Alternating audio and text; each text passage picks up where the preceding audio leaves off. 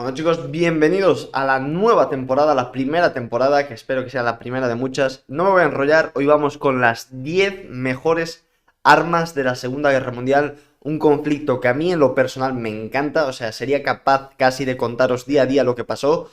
No hace falta tampoco que haga mucha introducción de esta guerra que empezó en 1939 con la invasión de Polonia por parte de Alemania. Y bueno, a partir de esta guerra se generaron algunas de las armas más míticas y conocidas de la historia. Me ha costado mucho hacer este top 10. Ha sido un conflicto con tantas armas a evaluar, aunque prácticamente solo 3 países realmente llevaban la delantera en el tema armamentístico, que son Alemania, la Unión Soviética y Estados Unidos, son los que mejores armas tenían sin duda.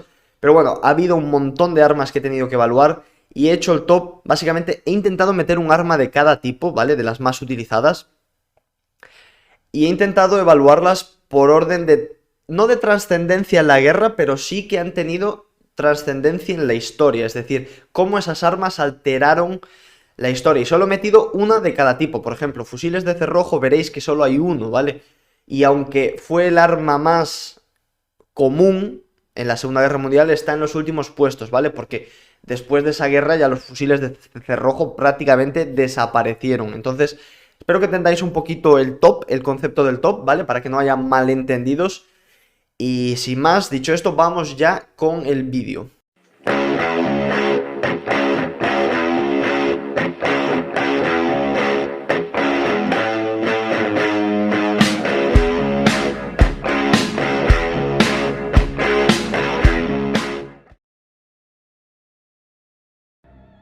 En el puesto número 10 encontramos al mítico fusil alemán Kar-98K. He decidido añadir este modelo y no la versión original, la Karabiner 98, ya que este modelo, el K, que por cierto viene de Kurz, corto en alemán, es mucho más representativo de la Segunda Guerra Mundial. Este fusil fue introducido en Alemania, en la Wehrmacht, a principios de 1935, sobre todo muy ampliamente usado durante la primera parte de esta guerra, llegando a su producción a cerca de unos 14 millones de rifles. Básicamente esta era la espina dorsal de la infantería alemana. He de deciros de antemano de que este va a ser el único fusil de cerrojo que aparezca en toda la lista, aunque soy plenamente consciente de que el 60% de las armas utilizadas durante la Segunda Guerra Mundial eran fusiles de cerrojo, como por ejemplo el Mosin Nagant, el Lee Enfield o el Arisaka. Quizás en el ejército de Estados Unidos podemos hacer una excepción, ya que tenían otro fusil que luego os comentaré. Pero sí, soy plenamente consciente de que igual otro fusil de cerrojo merecía aparecer en otro puesto de esta lista, pero he decidido quedarme con uno. Y es este. Para empezar, he de deciros que la producción de este fusil se inició en 1935, por lo cual lo hizo bastante bien durante la primera parte de la guerra, hasta 1941-42. En segundo lugar, fue uno de los fusiles más producidos durante esta contienda, ya que su número alcanzó los 14 millones más o menos en distintas variantes del modelo K, como la Kriegsmodell o el K auténtico o otros Kar-98. Pero bueno, digamos que su producción alcanzó casi las 15 millones, por lo cual un fusil bastante extendido y que era la columna vertebral de la infantería alemana. Utilizaba un cartucho muy común en Alemania, el 792 Kurz, o sea que es un buen cartucho de unas propiedades balísticas bastante buenas, las cuales le permitía tener un alcance efectivo bastante bueno para ser un fusil corto. Recordemos, 500 metros de alcance efectivo, 500-600 metros, por ahí podía rondar, dependiendo del tirador. O sea que es un alcance equiparable a cualquier otro fusil, mucho más largo y mucho más pesado, porque recordemos que la ventaja que tiene este fusil está en su peso y en que es un fusil muy compacto. 4 kilos, lo cual está bastante bien, es de los fusiles más ligeros, de las armas más ligeras que ha habido. También tenía muy buenos materiales, por lo tanto su fiabilidad también era bastante buena. Entonces para mí este fusil destaca por encima del resto de fusiles de cerrojo de la contienda. Para mí merecido top 10. Vamos ahora con el top 9. Bueno, y en el puesto número 9 encontramos a la mítica pistola M1911. Como su nombre indica, fue diseñada por el mítico John Moses Browning, el creador de armas como la M2, por ejemplo, la M2 Browning, calibre 12-70, que todo el mundo conocerá a estas alturas ya. En 1911, esta arma fue creada y producida en 1911. Obviamente no fue diseñada específicamente para este conflicto, ya llevaba muchos años, pero fijaos si es tan buena que todavía sigue siendo utilizada por algunos cuerpos militares de Estados Unidos y de otras partes del mundo. Entonces, esta pistola la verdad es que no tiene unas características súper destacables comparada con otras pistolas de la época como la Luger P38 o la Tokarev, pero sí es cierto que ese misticismo, ese aura, podríamos decir, mítico, la convierte en una de las mejores pistolas. Fijaos que todavía hoy en día se sigue utilizando casi no, más de 100 años después de ser producida, y actualmente la hay en una infinidad de calibres, pero el calibre principal es el 45 CP, un calibre con bastante poder de penetración, un calibre bastante bueno para este tipo de armas. Y fijaos que entre sus características, bueno, pues tenemos un alcance efectivo medio, una pistola, unos 50 metros, aunque para la época no estaba bastante mal. La única pega yo diría que es el cargador, que es de 7 cartuchos, comparado con la Tokarev o con la Luger, que tienen 8 y 9. Pues se queda un poco corto, aunque actualmente ya hay un montón de tipos de cargadores distintos. El peso también era algo pesada, 1 kilo. Pero bueno, de todos modos yo he decidido ponerla en el puesto número 9, ya que esta no es un arma de las más comunes que se utilizó durante la guerra. Quizás sí en el mundo de las pistolas, pero no era el arma que más podías ver, ya que esta arma era utilizada principalmente por la policía militar de Estados Unidos, por oficiales y suboficiales también de los Estados Unidos, y por algún operador de lanzallamas también. No era el arma más común, por eso la pongo en 9, pero creo que de las pistolas era la más mítica y legendaria sin ninguna duda, así que merecido top 9. Ametralladora ligera soviética Degtyaryov DB. Aunque fue una ametralladora empezada a producir en 1928, fue en este conflicto donde saltó a la fama, y fue además la ametralladora ligera soviética más producida durante este conflicto, alcanzando más o menos las 850.000 unidades, cual es un número bastante imponente, casi el millón, y obviamente la columna vertebral del pelotón de infantería durante la Segunda Guerra Mundial. La he puesto en esta posición por encima de otras ametralladoras ligeras. Quiere decir que este concepto nació especialmente en esta guerra. Antiguamente o antes de esta guerra no se barajaba tanto el concepto de una ametralladora ligera, así de ametralladoras medias y pesadas. Pero bueno, básicamente la he puesto por encima de otros competidores directos como la Bar estadounidense o la Bren británica por varias razones. Para empezar, el peso. Sí es cierto que la Bar es más ligera. El peso de esta ametralladora es de 9 kilos, lo cual está bastante bien. No es muy pesada, no es tampoco de las más ligeras, pero sí que podemos empezar a concebir el concepto de ametralladora ligera. En segundo lugar, y bastante importante, está operada por solo un hombre. Bueno, esto prácticamente la Bar y la Bren también estaban operadas por solo un hombre, pero bueno, también es bastante destacable. El calibre 7.62 es un calibre bastante poderoso, como sabéis. La cadencia de tiro es bastante buena en esta arma, unos 600 cartuchos por minuto, y el alcance también acompaña de un alcance efectivo de 600-800 metros, dependiendo del tirador. Pero para mí, donde viene el punto fuerte, y es contando que es un arma con bastante cadencia, viene en la capacidad de munición que puede cargar. La tenemos con varias bandejas circulares de 47 y 60 cartuchos, lo cual para mí es una ventaja bastante clara, sobre todo con respecto a la Bar, que solo traía cargadores de 20 cartuchos, y también con la Bren de 30 cartuchos.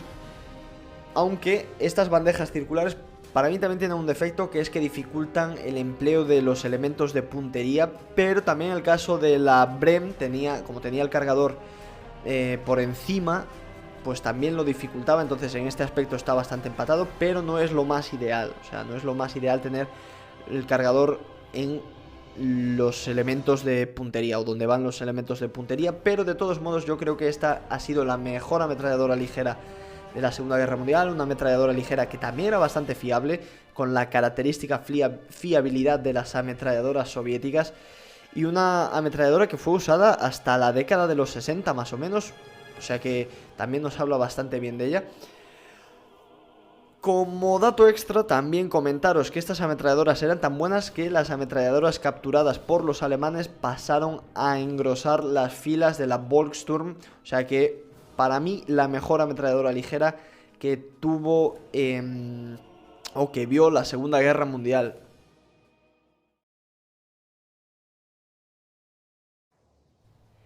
Este fusil del calibre 14 milímetros, 14,5 para ser exactos, era capaz de perforar la armadura del Panzer, Panzer II, Panzer III y Panzer IV, dependiendo de por dónde se le alcanzase. He de decir que obviamente contra un Tiger o contra un King Tiger este fusil era totalmente ineficiente. El calibre 14 es muy poderoso, pero no tanto como para penetrar este tipo de armaduras. Este fusil entró en servicio en 1941 con la invasión de Alemania a la Unión Soviética en la Operación Barbarroja y fue muy efectivo durante los primeros compases de la guerra, como os digo, contra ese tipo de blindados. He de decir que en esta guerra proliferaron mucho este tipo de fusiles, sobre todo al principio. Podemos encontrar otros fusiles antitanque muy míticos, como el Boys Antitank del Reino Unido, o el fusil Lati-L de Finlandia, el cual hizo frente a los tanques soviéticos en la guerra de invierno.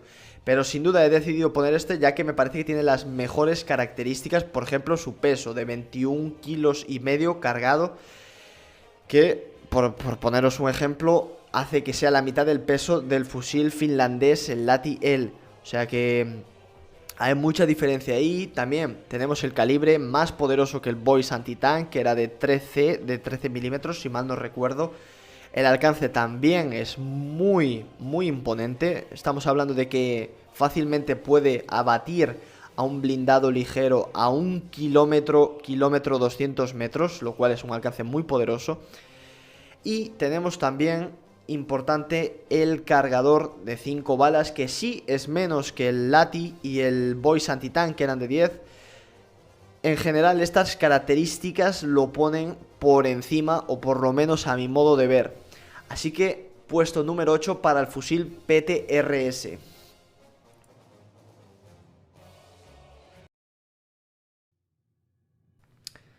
Y en el puesto número 7 encontramos al mítico legendario Panzerfaust, o puño blindado en español. Bueno, seguramente la mayoría de vosotros ya conocéis este lanzagranadas antitanque, pero si no es así, tranquilos, para eso estáis viendo este vídeo, para informaros. Y bueno, he de deciros que este lanzagranadas entró en servicio en 1943, una época donde Alemania pues ya había perdido el control de la guerra y los aliados, tanto la Unión Soviética como Estados Unidos, Gran Bretaña, ya estaban avanzando por toda Europa, por lo cual Alemania necesitaba un lanzagranadas capaz de frenar la superioridad tanquística de sobre todo los soviéticos, que fuese barato, ya que la industria alemana cada vez iba menguando, cada mes pues menguaba un poquito más, entonces necesitaba un lanzagranadas barato, fácil de producir, fácil de operar y que pudiera atacar los poderosos blindajes de los carros soviéticos.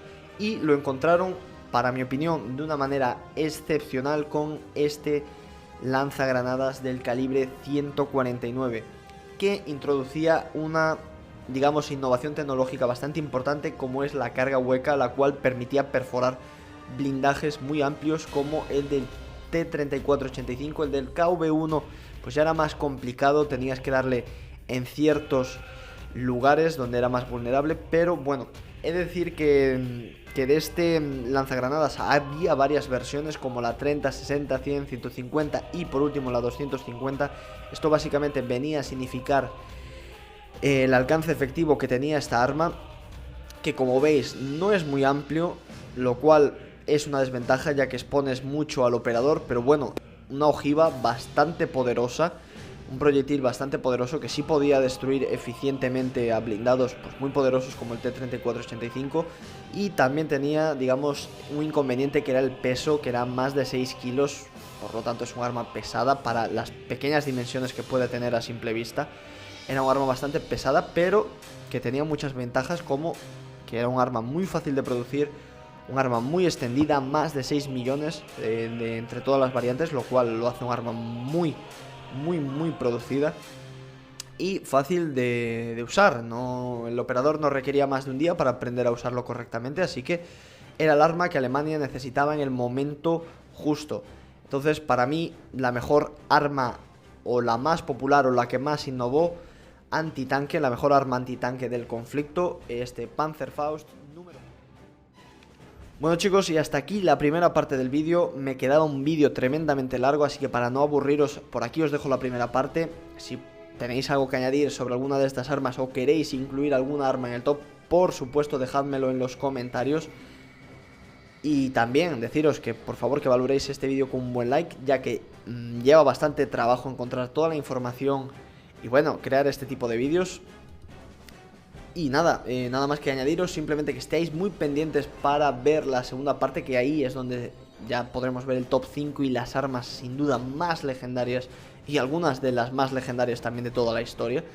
O sea que nada, que estéis muy pendientes y como digo siempre, un saludazo a todos máquinas y nos vemos en la próxima. Adiós.